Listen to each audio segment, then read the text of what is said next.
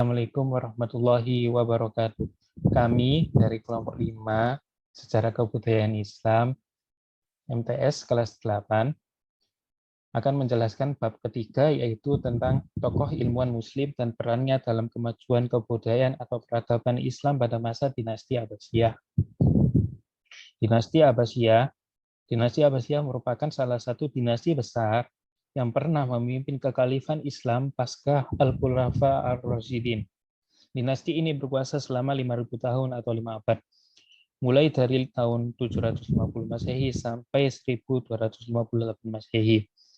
Dalam menjalankan roda pemerintahan, dinasti Bani Abbasiyah menjadikan kota Baghdad sebagai ibu kota pemerintahan. Dinasti adalah keturunan raja-raja yang berkuasa atas suatu pemerintahan dan melanjutkan kekuasaan pemerintahannya kepada satu garis keturunan keluarga. Karena itu yang dimaksud dengan dinasti Abbasiyah adalah kekuasaan pemerintahan yang dipegang dan dilanjutkan oleh keturunan raja-raja dari Bani Abbasiyah. Bani Abbasiyah adalah keturunan dari Abbas bin Abdul Muttalib, paman termuda Nabi Muhammad Shallallahu Alaihi Wasallam.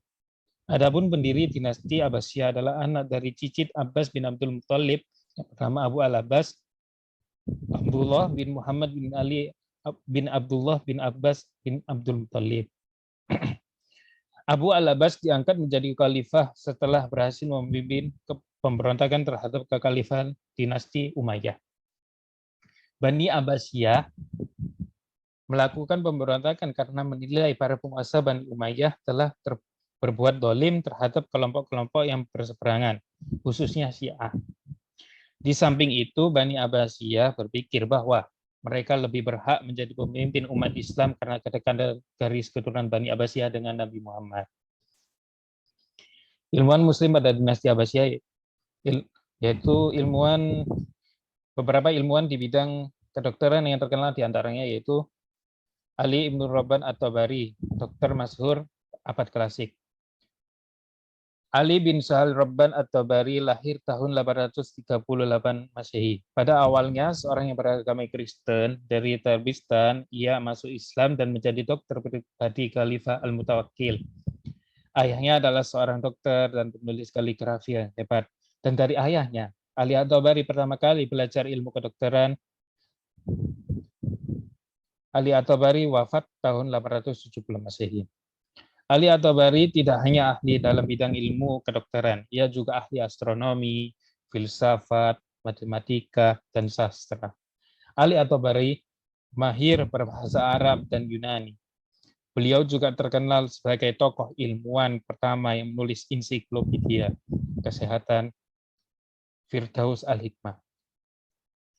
Salah seorang muridnya yang terkenal adalah Zakaria Ar-Razi. Karya-karya Ali At-Tabari diantaranya yang pertama yaitu Firdaus Al-Hikmah, yang kedua ensiklopedia, yang ketiga Ad-Daulah, yang keempat Hifzu Sihah. Yang selanjutnya ilmuwan kedokteran yaitu Ar-Razi, penemu penyakit cacar air dan darah tinggi. Nama lengkapnya adalah Abu Bakar Muhammad bin Zakaria Ar-Razi. Dilahirkan di kota Rai, Tehran, ibu kota Iran. Di Baghdad dikenal sebagai kepala dokter di rumah sakit besar yang ia dirikan sendiri. Ar-Razi juga merupakan penulis paling produktif semasa hidupnya. Ia menulis tidak kurang dari 200 karya ilmiah. Di antaranya adalah yang pertama yaitu Kitab Al-Hawi, yang kedua Al-Judari wal Hasbah. Selanjutnya itu ilmuwan kedokteran selanjutnya yaitu Ibnu Sina. Di barat dikenal dengan nama Avicenna. Nama lengkapnya Abu Ali Al-Husain bin Abdullah bin Ali bin Sina. Orang Arab memberi gelarnya Sahur Rais atau pemimpin orang terpelajar.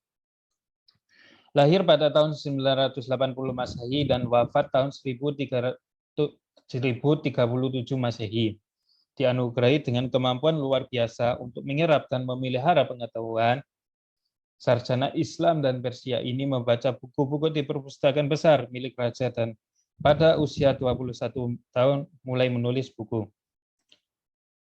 Sebagai dokter, Ibnu Sina lebih suka tindakan preventif daripada kuratif dan selalu menguatkan aspek rohani dan jasmani.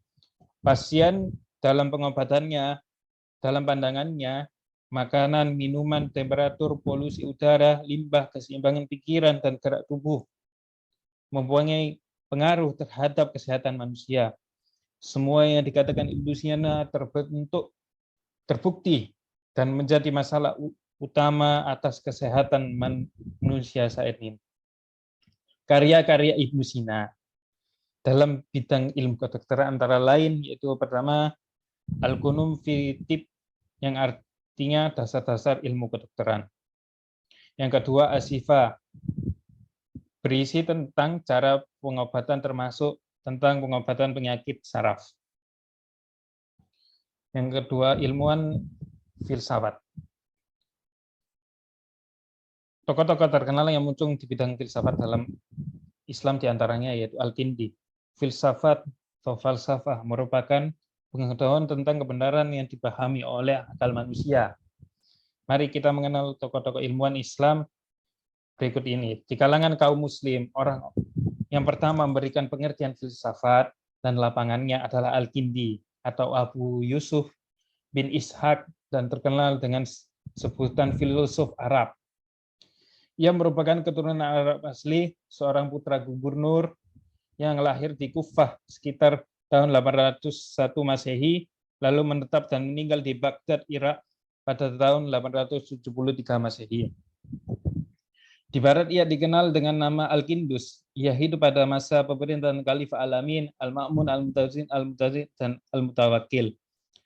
Karena merupakan keturunan Arab asli, maka ia memperoleh gelar filosof Arab.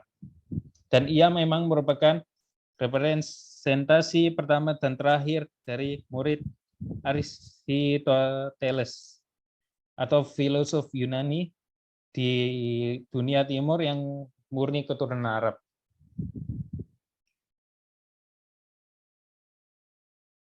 Selanjutnya yaitu Imam Ghazali atau Imam Al-Ghazali memiliki nama lengkap Abu Hamid bin Muhammad Al-Ghazali At-Tusi, bergelar Hujatul Islam yang artinya orang yang memiliki kewenangan atau otoritas atas Islam.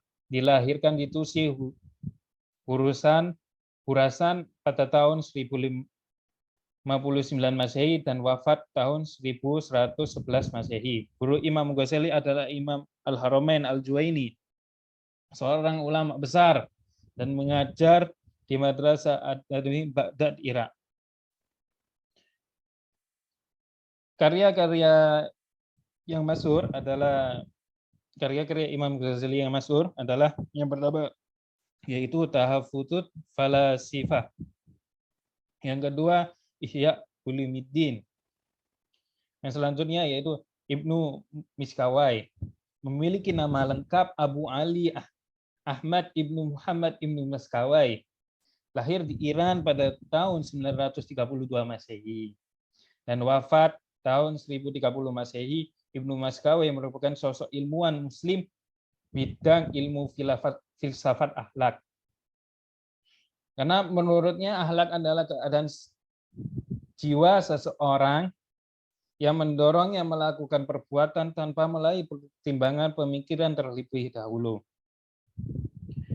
Karya-karya Ibnu Miskawai diantaranya yaitu yang pertama Tadzibul Akhlak wal Tahdil Ar-Ra yang menjelaskan tentang cara untuk meraih akhlak yang stabil dan perilaku yang lurus. Yang kedua Tartib As-Sa'adah yang menjelaskan tentang politik dan akhlak. Yang ketiga Jawidin Kirat, kumpulan syair-syair mutiara dan bijak. Yang ini selanjutnya di ahli kimia.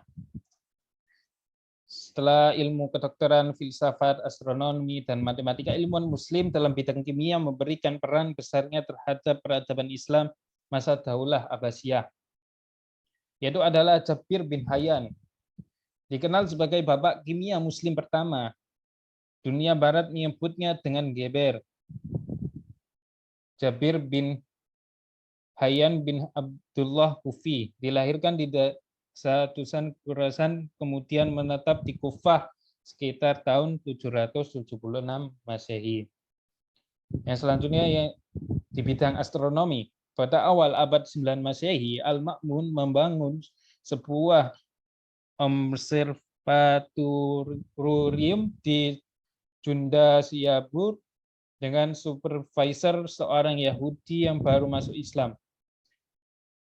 Ibnu Ali dan Yahya Ibnu Abi Mansur di observatorium itu para astronom kerajaan tidak saja mengamati dengan sesama dan sistematik berbagai penggerakan benda-benda langit.